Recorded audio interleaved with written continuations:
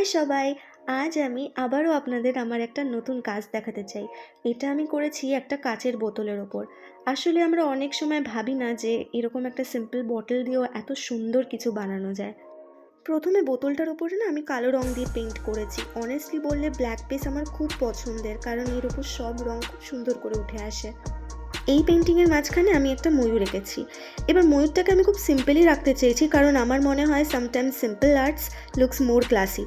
ময়ূরের চারপাশে যে ফুলের প্যাটার্নটা দেখছেন, ওটা করতে বেশ সময় লেগেছে। একটার পর একটা ডট, একটার পর একটা ফুল। এই কাজগুলো করতে খুবই পেশেন্সের দরকার। হলুদ আর কমলা রং আমি এখানে ব্যবহার করেছি, কারণ এই রঙগুলো খুব পজিটিভ ভাইব দেয়। এই কাজটা করতে আমার নিজেরও ভালো লাগে। পেইন্টিং করা আমার কাছে শুধু একটা কাজ নয়, এটা একটা পিসফুল ফিলিং দেয়। স্ট্রেস থাকলেও কাজ করতে করতে সবই ভুলে যাওয়া যায়। অনেকে আমাকে জিজ্ঞাসা করেন এই ধরনের পেইন্টিং কি অর্ডারে করা যায়? তো হ্যাঁ, আমি এগুলোর কাস্টম অর্ডারও নিয়ে থাকি।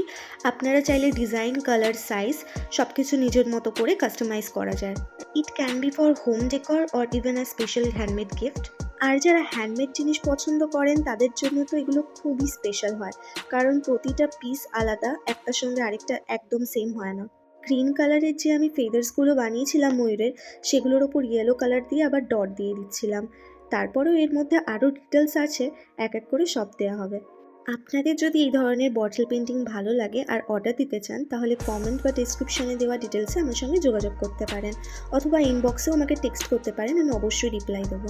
আপনাদের এই কাজটি কেমন লাগলো অবশ্যই কমেন্টে জানাবেন, আর ভালো লাগলে ভিডিওটি লাইক করে দেবেন।